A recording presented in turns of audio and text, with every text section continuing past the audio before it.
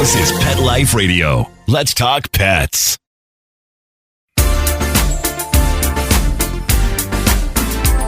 Rappaport to the rescue with award-winning animal advocate, best-selling author, journalist, and pet products creator, Jill Rappaport. Welcome to Rappaport to the Rescue. I'm Jill Rappaport, and this is a very special day for me because we are kicking off the 7th anniversary of Rappaport to the Rescue. It's hard to believe that at this time, 7 years ago, in the height of COVID, I began this show in my little room here. We weren't able to be with anybody. It was such a lonely, frightening time. And I reached out first to my dear pal, animal trainer extraordinaire, Bill Berloni, and I said, we've got to do this show. We've got to connect with people about their animals and how at this time, many people, like me, only had their animals to comfort us.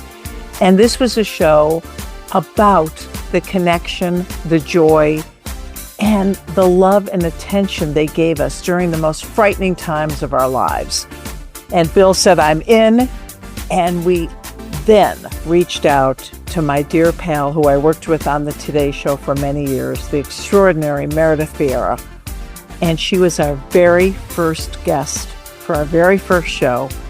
And it was amazing. And here we are kicking off year 7, and I am joined again with Bill Berloni and Meredith Vieira to recap those moments. So when we come back, you won't want to miss this. It's our anniversary show. Stay tuned.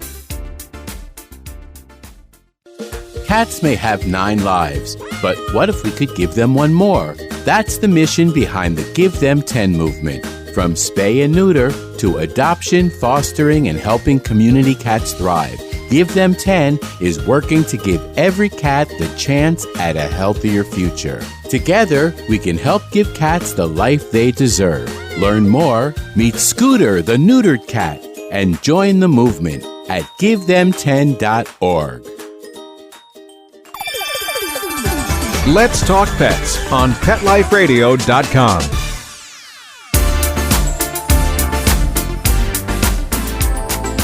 Welcome back to Rappaport to the Rescue. You heard in the intro, we are kicking off year 7 of this show, and I feel truly honored and blessed because it has been an absolute blast. So who better to join me than the man I began it all with, the one and only Bill Berloni. He's an animal trainer like no other, and I am so happy that we got Bill because he is literally sitting in an airport. Bill, the lighting's pretty good considering. And we grabbed you as you're about to board a plane for a very special shoot. I know it's top secret, a lot of big stars and their pets. But Bill, can you believe year 7? No, when you said that, I was thinking maybe 3 or 4. But, time flies when you're having fun, I guess. And remember, when I first reached out to you, you were really beyond frightened because your whole livelihood was put on hold, as so many people's were. And you thought, what am I going to do? How am I going to feed my animals? How am I going to take care of my family? And we needed to talk about it. And we said, let's do this podcast and reach out to people who were getting so much comfort from their animals at a time where we didn't know what the hell was going to happen. Exactly. So, to be able to do something fun, and relate the stories of rescue with some of the favorite stars on the planet, I think helped people realize that we're going to be okay. It really was such a scary time. And I remember talking to you and you thought to yourself, am I even going to be able to have a job after this? Who's going to hire us? What's going to happen? And at that time, like you always have, multiple animals in your home. How many do you have right now that you're in training and taking care of and will live with you for the rest of their lives? We just adopted 2 more dogs. So we're up to 25 dogs, 3 cats, 2 parakeets, macaw, and a pig, potbelly pig, who's living in my office. So, and you were thinking, how am I going to feed them? A lot of mouths to feed at that point. Yeah. There was no Broadway. There were no movies. There was no casting. It was really dire. Yep.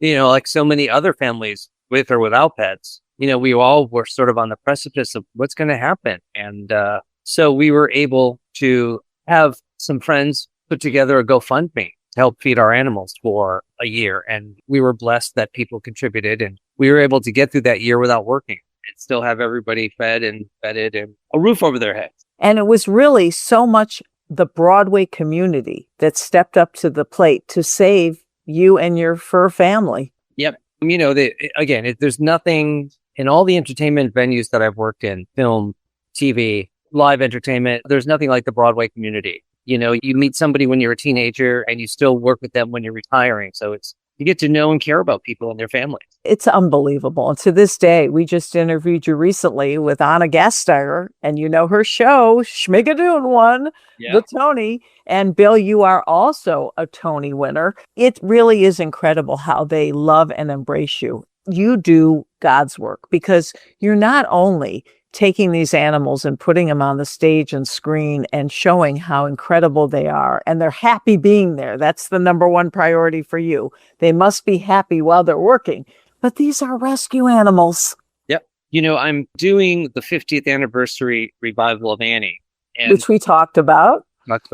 And we're looking to adopt 2 dogs. And so we've started a nationwide search. And I had a person sign up and I spoke with them. And they were submitting their own personal dog to be in the show. And I said, well, this is for adoption dogs. We'd like to adopt it and bring it to our home. Oh, no, you can't have my dog. Why can't you just use somebody else's dog? And I thought, didn't you read the copy? I mean, it's going to be take 2 dogs out of shelters and give them a home. Why would we pass that up? It just didn't make sense. But now, as I mentioned, you're sitting in an airport. You're about to board in 5 minutes? 7 or 8 minutes. And I grabbed you. I am such a fearful flyer. You wouldn't be able to talk to me for a week before the flight because I'd be too nervous. But you are jumping from city to city on a very exciting project. Are you allowed to tell us anything or give us a few hints? I can give you a few hints. I'm working for the NFL, something I never thought I would say. And we're doing this wonderful show about NFL players and their dogs. So we have 8 players participating, and I'm flying out to interview all of them before the actual show. So that's about all I can tell you. Oh, that's going to be incredible. And I'm sure you've gotten some wonderful people. And can you at least tell us their relationship with their animals?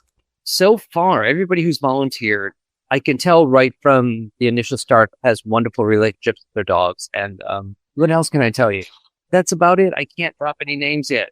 Oh, yeah. You never were a name dropper, but we're really not going to get anything out of you now. But I will drop one secret. Since we've spoken, Jill, I've been doing this Broadway show, and it's been a big secret because there's a dog in it, and he has a very crucial part in the end of the play, and we want the audience to be surprised. The play is coming to an end because it was a limited run, and the name of the play is called Fear of 13. And it stars Adrian Brody. So for the last 4 months, I've been hanging out with Adrian Brody with my dog, Gus, and they're just a great pair. He loves dogs. He loves my dogs. So it's been a joy to do that. Multi-award winner, Oscar winner, Adrian Brody. And I tried to get this news out of you. I actually knew who it was because we're buddies and we talked about it. But you said, I can't go public. And all the times I interviewed you, we tried to get it out. But now we know the name of the show and the star. And you've done such an amazing job, Bill. Congratulations, as always. And I'm so sorry that you can't get with Meredith Vieira today. She's going to be joining us in just a few minutes, but you've got a plane to catch. And I know you adore her so much. Any words for Meredith as we embark upon our 7th year? She's our good luck charm. She is our good luck charm. And yes, you called me, but who knew if anybody would volunteer to be on the show? And of course, who was the first one who said yes so fast? Meredith Vieira. So that just goes to show you how much she loves animals as much as we do and wants to do whatever she can to help. And, I can't think of anybody else who, would have been better for our premiere show. So tell her I love her and, can't wait to talk to her next year or even sooner. Yeah. And of course, we all had a very special and have a special relationship with Meredith. You trained her dog, Jasper, who is sadly in heaven now, but lives in her heart every single day. You made such an impact on the family's lives, and I know she just adores you. But We'll sing your praises in the next segment. Bill, have a great, safe flight. Thank you so much for literally grabbing you on the fly. Yeah. No pun intended. There's no business like show business, that's for sure. Hey, at least you're working. That's all that matters. Yep. Bill Berloni, my dear friend, safe travels. I'll catch up with you soon, and I'm going to get those secrets out of you. Believe me. Happy anniversary to Rappaport to the rescue. Bill, thank you so much. And when we come back, we will be joined as we call her our good luck charm to kick off our next year, the one and only Meredith Vieira. Stay tuned. Take a bite out of your competition. Advertise your business with an ad in Pet Life Radio podcasts and radio shows. There is no other pet-related media that is as large and reaches more pet parents and pet lovers than Pet Life Radio. With over 7 million monthly listeners, Pet Life Radio podcasts are available on all major podcast platforms. And our live radio stream goes out to over 250 million subscribers on iHeartRadio, Odyssey, TuneIn, and other streaming apps. For more information on how you can advertise on the #1 pet podcast and radio network, visit PetLifeRadio.com/advertise today. Let's talk pets Let's talk pets on Pet Life Radio. Pet Life Radio. PetLifeRadio.com.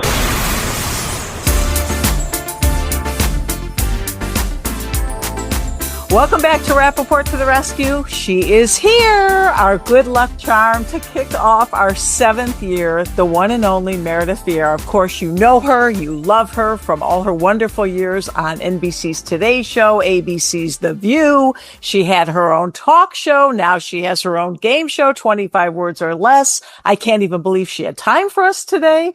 Meredith, we are so happy to see you. You look gorgeous in those sunglasses. Do you, honey? Yeah, well, Very I've got a little bit of, you know what's funny? I just wrapped up my season and I don't wear makeup normally. I just don't. And for 6.5 weeks, I had eye makeup and I'm kind of down the days going, at what point will my eye get an infection? And the day after I left, I started to develop some pink eye. Everything's fine, but. Oh, I thought you were just being, a little star attitude. No, my eye's a little swollen. So I haven't gone Hollywood yet. Not quite. Not quite. And this is the 8th season you're kicked off to? We just wrapped our 8th season. And this year, 30% of the country, we went live for 1 month. I heard about that. And it was phenomenal. It was great. And we're the only, as far as I know, the only game show that has ever attempted that. And we were nervous. The last day of rehearsals, which was the only day of rehearsals, went so badly. I couldn't even talk at the end. My boss was, do you want to go to dinner? And I'm like, because I thought we have to go live on Monday. And it was you know this about TV, disaster. And then somehow the angels came out of wherever they come out of and all the kinks were worked out and we went live Monday and for a month without a hitch, twice a day. Who's better at live TV than you? I mean, they really picked the perfect host because that has been your whole life is live television. I think you needed somebody who knew live television. It didn't have to be me necessarily, but for them to make that leap with somebody who had never done it because you can't go to black. I mean, you can, but it doesn't look good, so you probably won't go live the next day. So you had to, you had to be able to fill in time where you had those big gaps or condense quickly. And that's where our skills, you and I have the same thing. I mean, we've done it. Please, you're putting me in your league. Thank you. Absolutely. It's that ability to communicate when you know the clock's ticking. And so I guess I am somewhat of a trained monkey. But what I love is that you are having so much fun with this gig. And I feel like this was always meant to be, you were always meant to be led to this job. I don't know. Yeah. I mean, I've loved every job I've done, but at this point, and we've had this conversation before with the world being the way it is, a half an hour of levity and warmth and giving away money. People love that. It's just people need it. They need a diversion. And that's what the game provides. And it's also a smart game. So I've really enjoyed it. But it's funny, we shot in New Jersey and I didn't realize that the oldest donkey diving, remember they used to take those donkeys and they walk them off the plank and then they fall into a tank of water. That started at the Steel Piers in Jersey. That was where it got its name. And I felt many days like, I'm just like that donkey. They're just pushing me out there. and I'm falling into a big tank of whatever it is. And will I survive, And I hated the analogy because that brought back such strong memories of the way animals are we still have so long to go, but the way they were side acts in carnivals and, but I felt a little like that myself. Oh, well, you are not only a survivor, you are a super success. Did you win 15 Emmys, Meredith? Did I read that correctly? 17. I think it's 17, but I don't know. 17? I'm not 100% sure because a bunch of them are broken. They're in a box in the basement because we used to have a spiral staircase and my kids, when they were little, and I put them on the spiral staircase thinking, well, I must showcase these things. And one after another, they were knocked off and broken. And to be honest with you, they're sort of cheaply made. So they broke easily. And so I have them in a box. I love it. That's so you, Meredith. You have them in a box. If I even won one, I'd hang it as an earring. Okay? I'd wear it. Well, but mine are broken and it costs so much to repeat. You would think if you won the Emmy, you said it broke, they'd give you another one, but they don't. You have to pay a lot of money. I went, that's okay. Well, I just love at this point in your career and your life. Did you ever think you would be doing this? Because I know many, many years ago when you got discovered and they put you on all these incredible shows, national, you were hit right out of the gate. Did you ever think at this stage in your life you would be doing this game show and still out there in the public eye and loving it? And this is going to sound sort of pathetic, but I don't do too much thinking about this stuff. I've had an amazing amount of luck. I've taken advantage of it. I've used my skill set as best I can through the years. And I've had opportunities thrown at me that, on paper might have seemed weird. Like, why? It happened the first time when I was doing a talk show. I had people say, why are you doing talk? You're a newswoman. Then when I went to Millionaire, why are you doing a game show? You're a talk show person.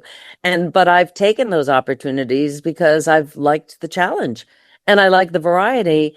So I don't even know what's around the next corner. Right now it's this and it'll be what it'll be, but I'm really enjoying it. And because it's concentrated work, which is the way game shows are shot, we shoot 165 in the course of 6 weeks. You have a lot of time to pursue other things if you want, or I'm a grandma now. I have 2 little ones, a little boy, Cam, and a little girl, Darcy. I'm claiming them as mine. They're my kids' children, but I'm working on them. I can't believe Meredith, the grandmother, the most gorgeous grandmother. And you've been through so much, having lost your husband, Richard, and literally finding your way again because you were with him and had such an incredible relationship for so many years. 40 years today we would have been married. Today's my wedding anniversary. Unbelievable. Yeah. Which I never remembered because I always thought it was the 18th. And every year Richard would be sitting, you want to say anything to me? Yeah. I said, like, happy anniversary. I said, is it today? And he'd go, Meredith, it's Flag Day. You can't forget it. June 14th is Flag Day. It's marked on every calendar. I said, oh, yeah, okay, right. He was always kind of needling you and teasing you. Totally. He was the ultimate intellectual, right? Totally. You were always kind of the goofy, funny one, obviously very brilliant as well, but he would make fun of you if you weren't up on everything current, right? But he was also the curmudgeon who, deep in his heart, was really a romantic. And it sort of was like, what you don't remember? So anyhow, Richard, happy anniversary. Oh, that is just a beautiful thing. And your kids and your whole family, you're all thriving. Everybody's doing great. My boys, here's a lovely story that parents love to talk about their kids. And please, I apologize. But my 2 boys, Ben and Gabe, Ben's the oldest and then Gabe and then Lily. But Ben and Gabe, as little kids, didn't always get along very well. I think Ben was tough on his younger brother until he saw his younger brother was really good at sports. And then he went, oh, okay, someone that could throw the ball to me.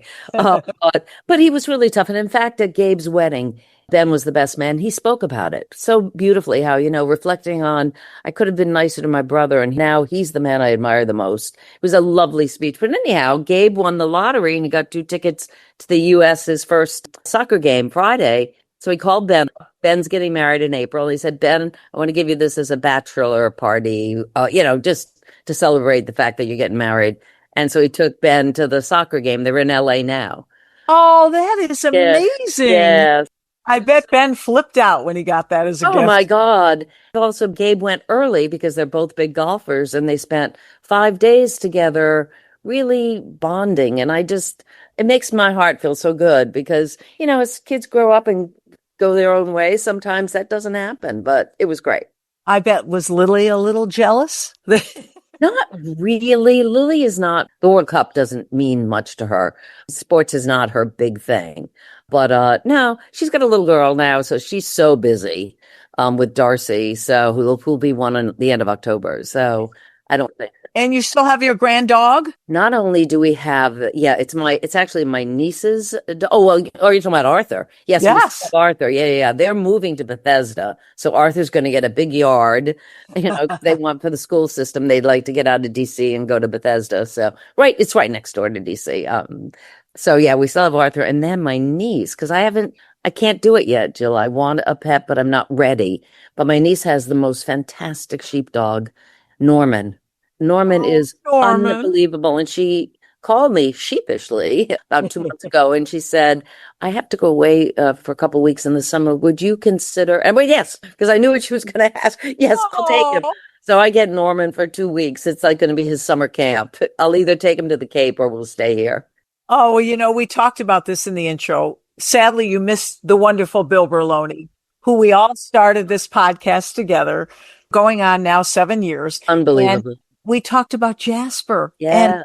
And he trained Jasper. Jasper was your beloved dog that was really your appendage. I'd like to say you might have loved him a little bit more than your husband. I don't ever tell about that. But, we talked about that and you said you're just not ready. The loss was just too much. And I know he's with you and in your heart every day. Yeah. And also your cats. I know. You had a menagerie in your life and now you don't. What is that like? It's tough because I miss the companionship and the warmth of an animal because they're, it's like you said, appendage. They really do become that. You love them more than anything because they love unconditionally, as you know, better than anybody. Right. But I just haven't, I've been sort of trying to find myself again first and get my grounding again and feel good. And it's going on 1.5 years and I'm still kind of, when I'm working, that's a diversion and that's great. Last year, actually, I don't know when we talked. Was it before I fell down the stairs or I had a terrible year. After Richard died, about 2 weeks later, my brother's wife died. So that was tough. And then I fell down the stairs, broke a couple ribs. Then my goodness. Yeah, this weird eye thing this is just like a pink eye, but it's a kind of sty it looks like a tumor. And then, so I was a mess. I made Quasimodo look like handsome, like George Clooney. Even the doctor, I swear to God, I had to go to the emergency room in Cape Cod because when I fell. And so he said, he checked and he said, well, I think this. And I said, well, you look at my eye too. And he looked at me and went, God, you're a mess. Said, well, that's not exactly a professional assessment, but you're right, Doc. You're right. So it's been. So I had a lot of stuff going on, and I'm through all of that. And you're okay now? Yeah, and I actually think that the way grief presents itself is interesting. It can be the outward pouring of tears and emotion, or it can be. I think in my case, I had been like this for so many years, like ready to pounce, like on alert, like those dogs. And suddenly that was gone. And I think all that tension had to be released. And I mean, just the fact of being, not sure-footed at all, literally, I think was part of that. I just think my body just went, we can't take it anymore. We've been like this. We've been rigid for years. And now stuff's going to happen. And it did. It did. But you're okay now. No, I'm okay. I mean, except for this, but yes, I'm absolutely fine. I'm absolutely fine. Just starting to kind of open the new chapter. And what's so amazing, and I think it must help you so much that you are still so active with your career. You're jumping on planes and you're interacting with people, keeping your mind alive and really staying, on the top of your game. Well, as best I can, because I think it's a selfish act. I get so much out of it. And I think that socialization, you read so much about loneliness and the epidemic of loneliness. And so much of that is people, withdrawing. And I do not want to or care to or plan to withdraw. I think having people around is really important. And even beyond your family, just that network of friends and associates and people that can, as you said, just sort of inspire you or stimulate your mind or whatever it is they're going to do.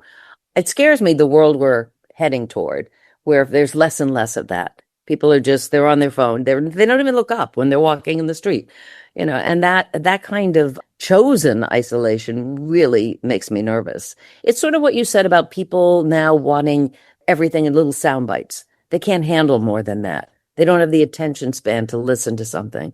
And I wonder, is that because they just don't have it, or did we create a world where that is the norm? So I don't know which came first, but it's scary to me that people can't just sit and be with each other. I get so frustrated. I'll text someone initially before calling them, but then I say, can you pick up the phone? I want to talk to you. Right. And that people don't want to pick up the phone. And I see it in the younger generation. If I want to get to my kids, I text, because when I call, they don't pick up. And, but texting, yes. Email, no. It's the text. So, yeah, I don't know. I'm with you. I want to hear a voice. I want to have a conversation that I don't have to type and spell wrong or get the spell check where it's not the words I said, But I guess a lot of people don't want that. It's such a frightening time that we're living in. And I know. That's why you hold on to all the people and the animals and the things that you love, because we just don't know if they're going to be there the next day. I want to take a second, though, Jill, and turn the conversation to you. I mean, talk about what you've accomplished. That we were sitting here 7 years ago. You didn't know whether this would take off or not, but this is your DNA. It's just an extension of it. And what a gift you bring to people. You are a gift. And Meredith. What you have done for animals, what you have done for people like me, the joy that you've brought. And I can't thank you enough for letting me be a part of this, because it's an amazing accomplishment. I credit both of you guys, and Bill too, but you're the one at the helm. And it's pretty damn cool. So it's your birthday too. It's your anniversary. Meredith, that is like the nicest thing. You're making me cry. That is so sweet, because you know how I feel about you. I remember sitting next to you when you would introduce my segment on the Today Show, and I had to pinch myself thinking I am sitting with Meredith Vieira. That's who's introducing me. And I've admired you, respected you, and loved you for so many years. And I've always said this to you every show. I say it again. I don't mean to be repetitive. Everybody feels that way about you. You are one person that people just adore and respect. And it's just such an honor. I really believe one of the reasons this show is still continuing is because you are our good luck charm. I always say that. But here we are, and it started with you. And every year we kick off the new year with you. So from the bottom of my heart, I can't thank you enough. I just feel so blessed to know you, have you as a friend, and to have you with the show.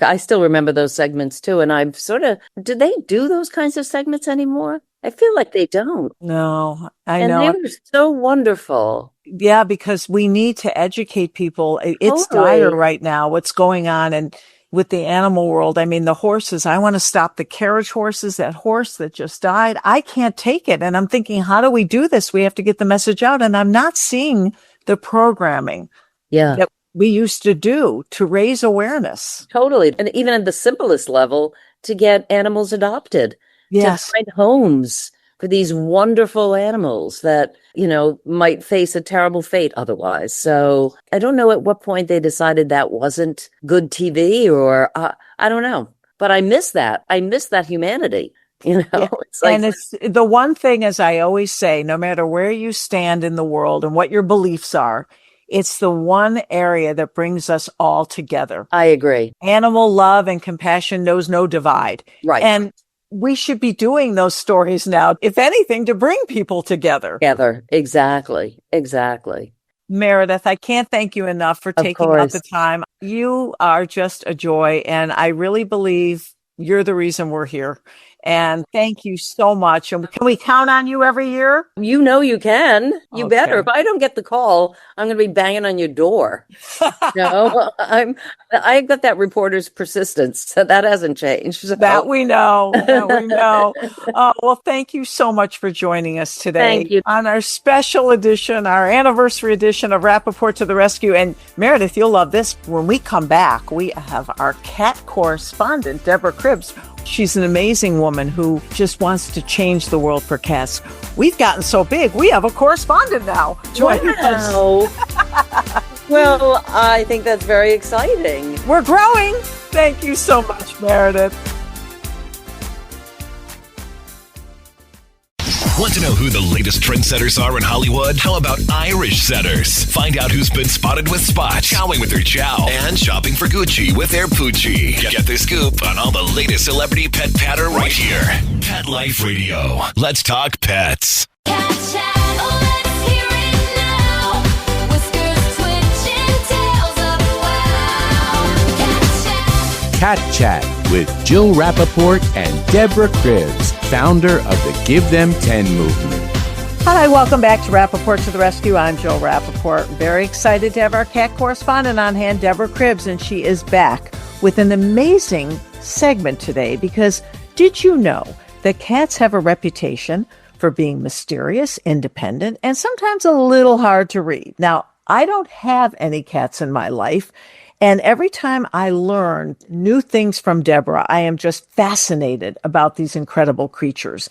Science is starting to reveal a fascinating picture of what's really going on inside of the feline mind. Now, today we're going to explore feline cognition, how cats learn, solve problems, and what their brains reveal about intelligence compared to dogs and even humans. So, Deborah, you're back at the Perfect Day Cat Cafe, and this is really amazing to me, how they think and what's behind the cat brain. Hi, Jill. So happy to be here again with all of my 15 kitty friends here, waiting to be adopted in beautiful Covington, Kentucky. Interestingly, this is also a great place to observe cat behavior and how cats think. So we're alone with these cats right now. It's really easy to watch all of them. And you know, Jill, the first thing that I would say about how cats learn is to take a step back and let's talk about cats versus dogs.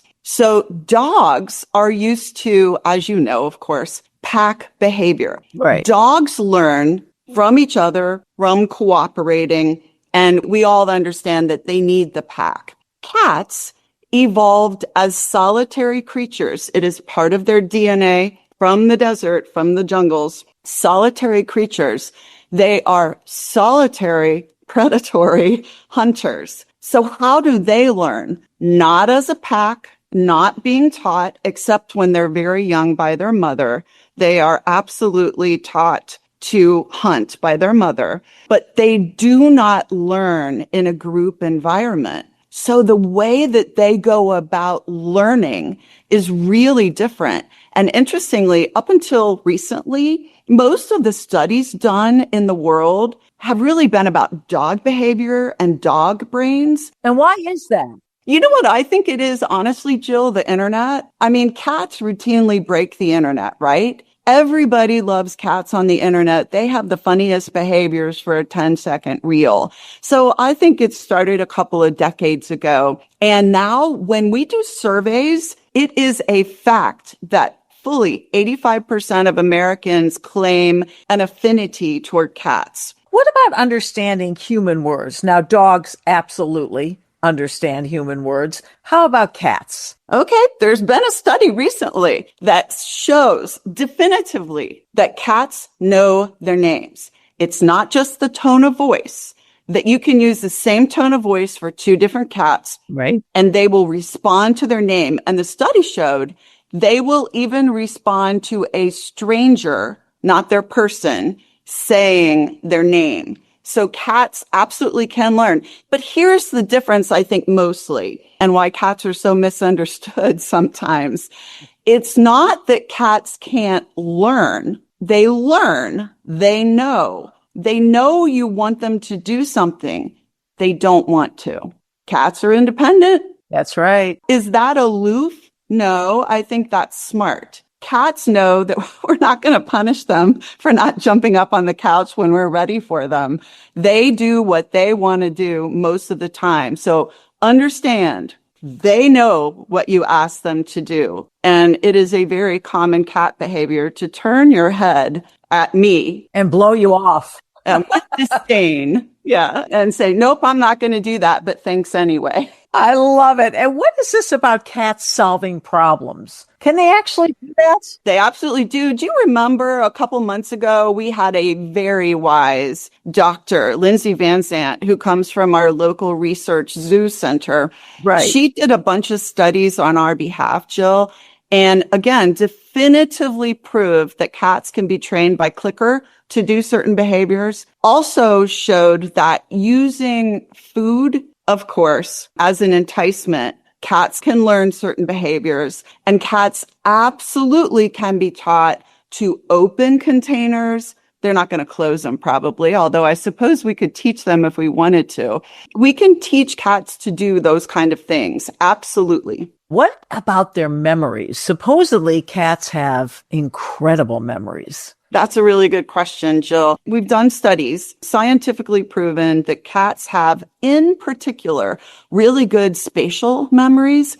And if you think about it, if you have a cat in your life, they go to their place if they're under duress, like the vacuum cleaner starts or somebody knocks at the door, right? They run to their place. They don't hesitate. They know where that place is. So they know where safety is. They know where food is. Believe me, they know where their people are. Again, they may or may not choose to be with you at that moment. But cats have a finely tuned memory, in particular for places. Well, I always think my dogs are the most brilliant animals in the world, but how do cats' brains compare with dogs and humans? Would you say they're more intelligent or just different? As I've read the science, humans have bigger brains, more neurons that fire. Apparently, although I struggle with this one, dogs have ever so slightly more neurons in their brain than cats, although I don't think that's fair because dogs on average are bigger than cats. So I think that we still need another study on this one.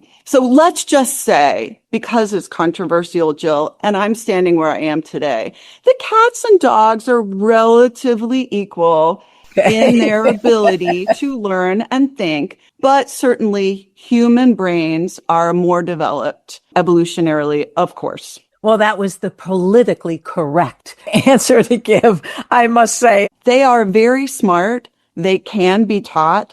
They can learn. They do learn. They don't care to follow your commands. They will come if they want. Somebody's climbing on my leg right now.